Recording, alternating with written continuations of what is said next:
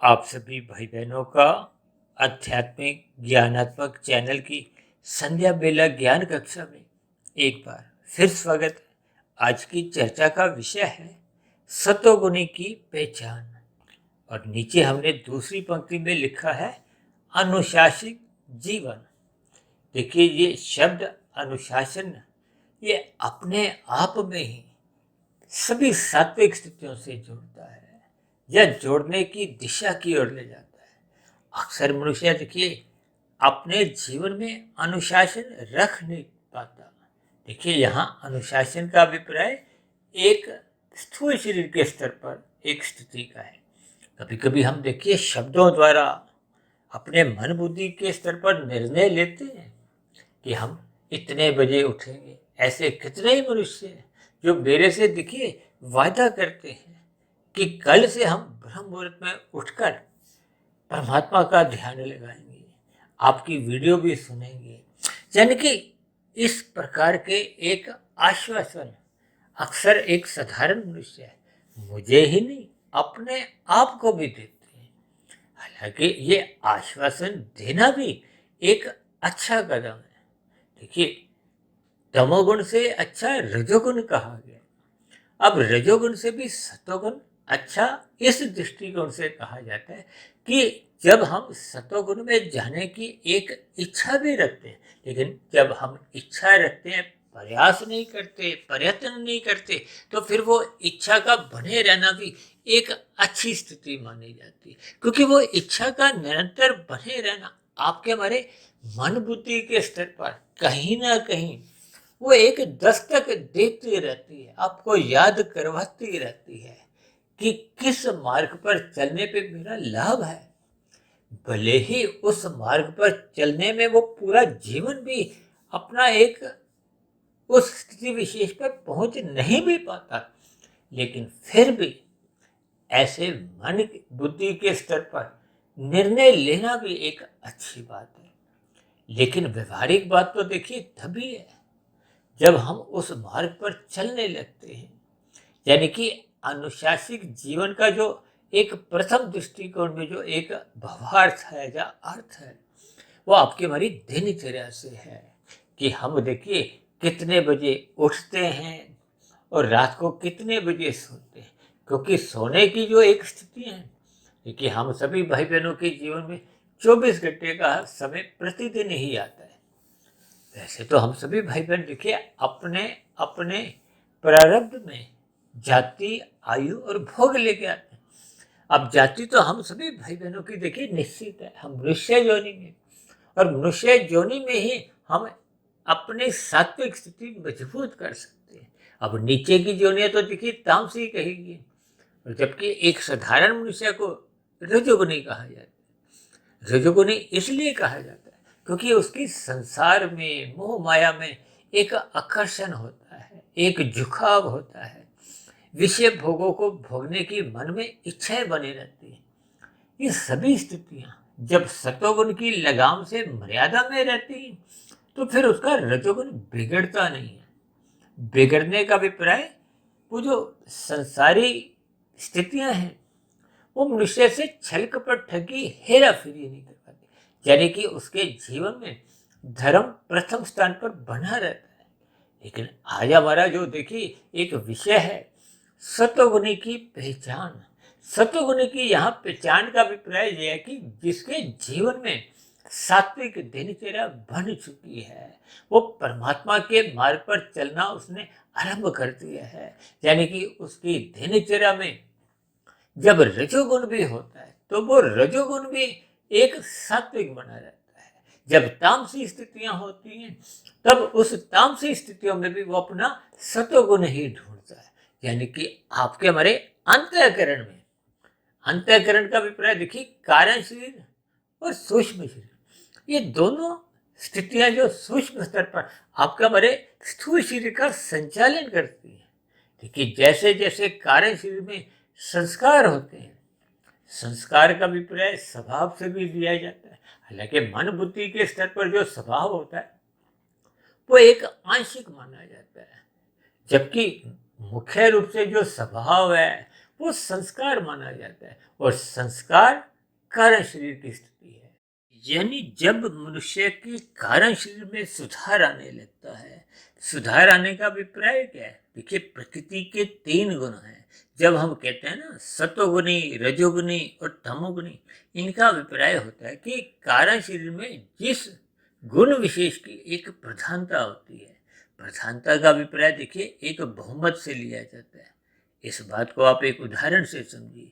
देखिए, वर्तमान समय में भारत में जिस दल की भी सरकार चल रही है, उस दल विशेष का एक बहुमत संसद में एक संसद सदस्य के रूप में होता है। यानी कि संख्या के आधार पे कहो, अनुपात के आधार पे, किसी भी स्थितियों से देखिए बात हम समझ सकते हैं। देखिए, जैसे संसद में जिस दल की प्रधानता होती है, उस दल का ही एक प्रधानमंत्री होता है। उनके द्वारा ही कुछ अन्य मंत्री बनते हैं, जो एक अलग अलग स्थितियों में एक देश में शासन चलाते हैं। उनके द्वारा ही कानून बनते हैं। उन कानूनों का पालन एक साधारण जनता को या आपको हमें एक करना होता है। अब इन सभी स्थितियों को आप इन 3 गुणों से, कारण शरीर से जोड़ो, ताकि बात आपके हमारे स्वभाव में एक स्पष्ट शब्दों में उसका संदेश पहुंच जाए, ताकि हम अपने जीवन की जो एक गुणों की स्थिति है, अक्सर मनुष्य इन गुणों की स्थितियों को कहो, इन गुणों के खेल को समझ नहीं पाता। हालांकि देखिए, ये 3 गुण तो क्रमबद्ध तरीके से अनादि काल से, ऐसा नहीं है कि ये 3 जो गुण हैं, तमोगुण, रजोगुण और सतोगुण की जो स्थिति है, ये कोई कलयुग में आरंभ हुई है। नहीं, ये तो अनादि काल से एक प्रभाव में चलती आ रही है। देखिए, वर्तमान समय कलयुग चल रहा है। इससे पहले द्वापर युग था, जहाँ भगवान श्री कृष्ण जी ने गीता का एक मुख्य उपदेश महाभारत के युद्ध में दिया था। ये महाभारत की जो युद्ध की स्थितियां हैं, ये द्वापर युग का एक अंतिम स्थितियां थी, अंतिम समय के आसपास की स्थितियां थी। उसके बाद कल युग की स्थितियां बनी। अब द्वापर से पहले त्रेता युग था, जिसको राम राज्य से जोड़ा जाता है, और उससे पहले की जो स्थितियां हैं वो सतयुग से जोड़ी जाती है। ये युगों का प्रवाह एक क्रम में चलता रहता है। अब मनुष्य अपने जीवन में इन 3 गुणों के प्रभाव, देखिए, शाम को सूर्य के ढलते ही तमोगुण का आरंभ हो जाता है। अब तमोगुण की 3 स्थितियां बनी रहती है, क्योंकि 3 गुण नित्य बने रहते हैं। एक गुण प्रधान है, दूसरा गुण गौण है, तीसरा अति गौण है। अब शाम को सूर्य के ढलते ही 8 घंटे की लगभग की स्थितियां ये तामसी गिनी जाती है। तमोगुण प्रकृति का एक निकृष्ट गुण है।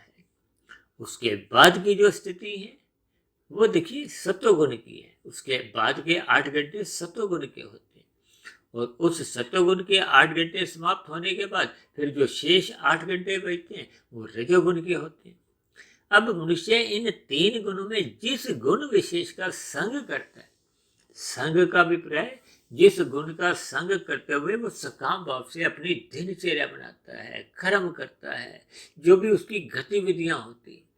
अब रजोगुण में रहते हुए जो हम सकाम भाव से कर्म करते हैं, वो कर्मफल सिद्धांत में एक सामान्य रूप में गिने जाते हैं।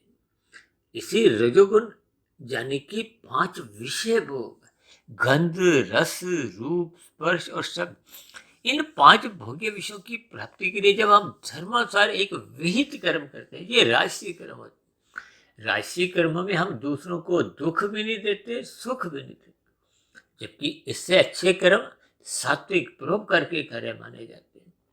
इसमें हम पुरुषार्थ करते हैं धर्मानुसार, विधि विधान द्वारा, और पहले दूसरों को सुख देते हैं, अपने कर्तव्य कर्मों का पालन करते हैं, दूसरों के अधिकारों की रक्षा करते हैं। यानी कि परोपकार के कार्य ये राजसी पुण्य कर्मों से और अधिक अच्छे माने जाते हैं। इसको अक्सर मैं देखिए इन सात्विक कर्मों को एक निवेश से भी जोड़ता हूँ। जैसे आप और हम देखिए बैंक में पैसा लगाते हैं, कोई संपत्ति में, प्रॉपर्टी में लगाता है, अब कोई म्यूचुअल फंड में लगाता है, कोई शेयर में लगाता है। लेकिन सात्विक कर्मों का जो एक निवेश है वो पूर्ण रूप से सुरक्षित है। हालांकि देखिए, मेरा इस पर कोई विशेष हम चर्चा नहीं कर रहे, लेकिन बात उठी है तो आपको हमें एक सपेश दृष्टिकोण से अपने जीवन में इन पुण्य कर्मों को एक कर्मबद्ध तरीके से करना चाहिए। जबकि शास्त्रों में तो भगवान श्री कृष्ण जी ने गीता में ये जो परोपकार के कार्य हैं, कर्म हैं, सात्विक कर्म है, इसमें निष्कामता लाने के लिए एक उपदेश दिया। जैसे ही पुण्य कर्मों में सकामता रहती है तो वो सात्विक पुण्य कर्म माने जाते हैं, परोपकार के कार्य माने जाते हैं। जैसे हम गाय को चारा देते हैं, रोटी देते हैं, पक्षियों को हम अन्न के दाने देते हैं, परोपकार के कार्य ले जाते हैं, भंडारे करते हैं, निर्मल मनुष्यों की तन से, वस्त्र से, शिक्षा से, स्वास्थ्य से परोपकार के कार्य करते हैं। धर्म के प्रचार के लिए धन भी लगाते हैं, समय भी लगाते हैं। इन सभी परोपकार के कर्मों को जब हम निष्काम भाव से करते हैं, निष्काम भाव का अभिप्राय क्या है कि हम अब कर्मफल सिद्धांत के दायरे से बाहर निकल आते हैं। कर्मफल सिद्धांत का अभिप्राय क्या है कि आपने कर्म किया है, फल आपको मिलेगा। फल का अभिप्राय देखिए, जब हमने सात्विक परोपकार के कार्य किए तो फल आपको अच्छा आएगा, अनुकूल परिस्थितियों में आएगा।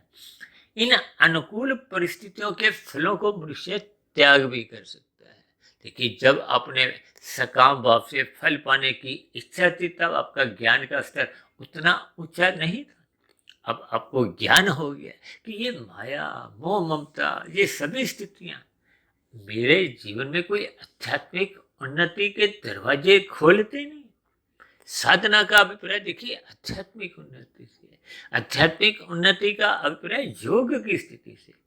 यानी कि अब हमको कर्म तो करने हैं, परोपकार के कार्य तो करने हैं, लेकिन फल की इच्छा नहीं रखनी।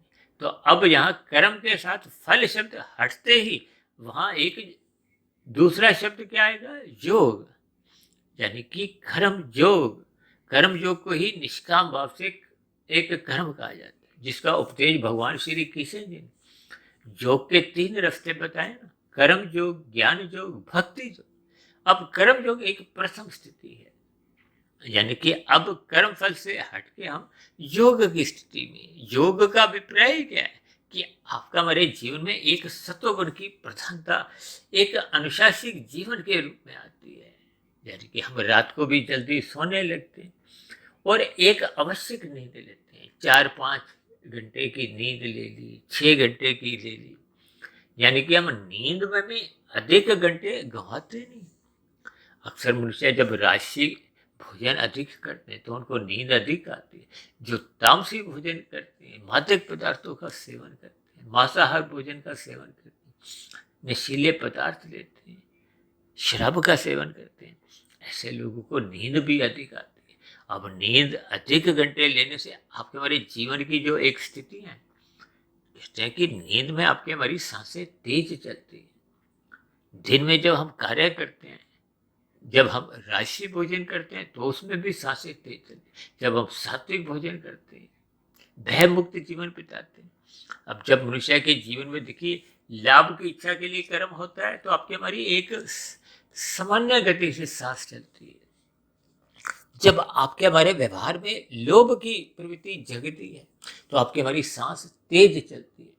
और जिसकी देखिए संग्रह वृत्ति जग जाती है, 2 के 4 बनाओ, 4 के फिर 40, 40 के 4,000, 4 लाख, 4 करोड़, ऐसे मनुष्यों की देखिए सांसें और तीव्र गति से चलती है।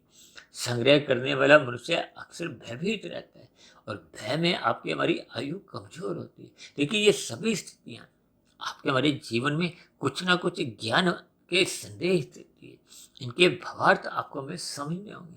जब हम इन सभी स्थितियों का एक विश्लेषण करते हैं, यानी कि आपके हमारे जीवन में जब तक कारण शरीर में वो सत्वगुण की प्रधानता नहीं होती, यानी कि हम सत्वगुणी नहीं बनते, अनुशासित जीवन जब हम अपना व्यवहार में नहीं लाते, रात को हम जल्दी सोते नहीं हैं और सुबह ब्रह्म मुहूर्त से पहले ही हम उठ जाते हैं, ऐसी स्थितियाँ जब आपके हमारे जीवन में एक अनुशासन रूप में क्रमबद्ध तरीके से आपका हमारा जीवन एक संतुलित बना रहता है, व्यवस्थित बना रहता है, तो आपका हमारा स्थूल शरीर भी स्वस्थ रहता है, आपका हमारा सूक्ष्म शरीर भी स्वस्थ रहता है और आपका हमारे कार्य शरीर में भी स्वस्थता बनी रहती है, यानी कि उसमें सत्वगुण की प्रधानता होती है। तब ऐसी स्थिति में कार्य शरीर में जब शुभ संस्कार अधिक होते हैं तो आपके मन बुद्धि में भी अच्छे विचार आते हैं। वो अच्छे विचार सात्विक कर्मों को ही स्थूल शरीर द्वारा करवाते हैं। और यदि मन में देखिए बुरे विचार आते हैं, बुरे संस्कार बने हुए हैं तो बुरे विचार आएंगे। अब संसद में देखिए जिस दल की प्रधानता यानी कि बहुमत होता है उसी का ही प्रधानमंत्री होता है। अब प्रधानमंत्री यदि सात्विक स्वभाव के हैं तो फिर वो उनके द्वारा कानून भी एक परोपकार के यानी कि एक जनहित के प्रेरित होते हैं, लोगों का उसमें कल्याण छुपा होता है। ये सभी स्थितियां कि आपको हमें भावार्थ समझनी होंगी। एक सात्विक मनुष्य की क्या पहचान है? उसके जीवन में अनुशासन रहेगा, वो कभी भी छल कपट, ठगी, हेरा फेरी, अनीतिगत कार्यों से अपने आप को सदा ही दूर रखता है। वो तो अपने सकाम भाव से एक साधारण राष्ट्रीय कर्म भी नहीं करता। जब मनुष्य देखिए निष्काम भाव से कर्म करता है तो उसके जीवन में परोपकार के कार्यों में भी सकामता समाप्त हो जाती है। तब ऐसी स्थिति विशेष में देखिए उसका छल कपट, ठगी, हेरा फेरी करने का तो प्रश्न ही नहीं उठता, क्योंकि जब जब हम निषेध कर्म करते हैं वो तामसी कर्म कहलाते हैं। शास्त्रों में देखिए निषेध कर्मों को ही पाप कर्मों से जोड़ा गया। जैसे हम कानून का उल्लंघन करते हैं तो वो भी देखिए अपराध माने जाते हैं, और फिर किए गए अपराधों की आपको में एक सजा मिलती है, जेल में डाल दिया जाता है।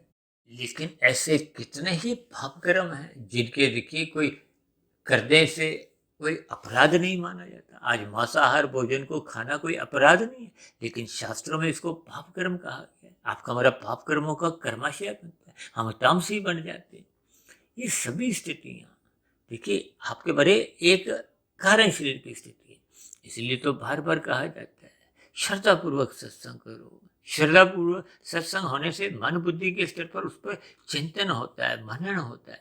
ये मनन निरंतर जीवन भर चलते रहना चाहिए ताकि कार्य शरीर में शुभ संस्कार बने। शुभ संस्कार बनने पे ही आपके हमारे एक सत्वगुण की कारण शरीर में प्रधानता आने लगती है, यानी कि आपका हमारा जीवन एक अनुशासिक रहता है। अनुशासिक जीवन में ही आपके हमारे आध्यात्मिक उन्नति के दरवाजे खुलने लगते हैं।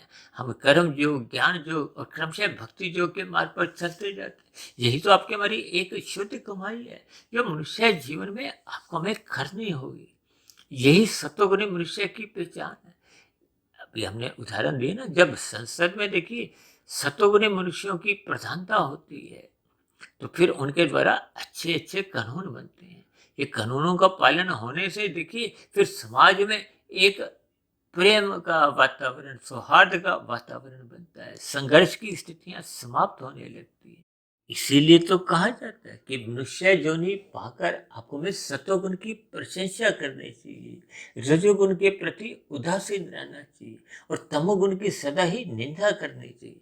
ये तीन स्थितियां जब आपके हमारे व्यवहार में, जीवन में सदा बनी रहती है, आपका हमारा व्यवहार, आचरण एक सात्विक बना रहता है, तो फिर आपके बड़े जीवन की एक आध्यात्मिक उन्नति सहज ही होने लगती है, उसमें गति आ जाती है। ये गति आने का अभिप्राय कारण शरीर की शुद्धता से है, और कारण शरीर जब शुद्ध होते होते पूर्ण स्थिति को प्राप्त हो जाता है तो वही एक मायातीत की स्थिति है।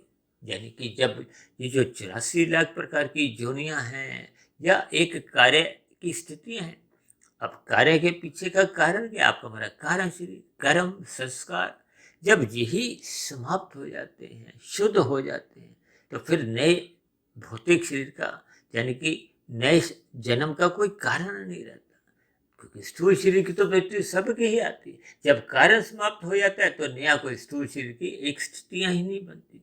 यही मायातीत की स्थिति है, मोक्ष की स्थिति है, आनंद की स्थिति है, आध्यात्मिक शरीर की प्राप्ति है। तो ऐसी सभी शुभ स्थितियां आपके हमारे जीवन में भी तभी बनना आरंभ होती हैं जब आपके हमारे जीवन में एक अनुशासन आने लगता है। हम गुरु की आज्ञा में, शास्त्रों के अनुसार परमात्मा की सम्मुखता बनाते हुए अपने जीवन को यानी कि एक संतुलित रखते हैं, व्यवस्थित रखते हैं, अनुशासित रखते हैं। तो ऐसी सभी शुभ स्थितियां हम सभी भाई बहनों के जीवन में भी बने, यानी कि हम सभी भाई बहन सात्विक बने, सत्वगुणी बने। ये सभी स्थितियां देखिए सतोगुणी मनुष्य की ही पहचान बताती हैं, लक्षण बताती हैं। तो ऐसी सभी शुभ स्थितियां हम सभी भाई बहनों के जीवन में भी बनने लगी। इन्हीं शुभकामनाओं के साथ चर्चा विशेष को अब यही विश्राम देते हैं। कल सुबह फिर मिलते हैं ब्रह्म मुहूर्त ज्ञान उपदेश कक्षा में। तब तक आप अपने आध्यात्मिक मित्र सुधीर भाटिया फकीर को इजाजत दें। आप सभी भाई बहनों को बहुत बहुत शुभ रात्रि और सुबह ब्रह्म मुहूर्त में उठने के लिए मेरी ओर से बहुत बहुत शुभकामनाएं। फिर भी चर्चा संबंधित आपके मन में कोई प्रश्न उठ रहे हो, मेरी कही गई बातों पे आपको कोई आपत्ति हो, तो नीचे दिए गए कमेंट्स बॉक्स पर आपके प्रश्नों का, सुझावों का और आपकी शिकायतों का सदा ही स्वागत है। चर्चा विशेष को ध्यानपूर्वक सुनने के लिए आप सभी भाई बहनों का बहुत बहुत धन्यवाद।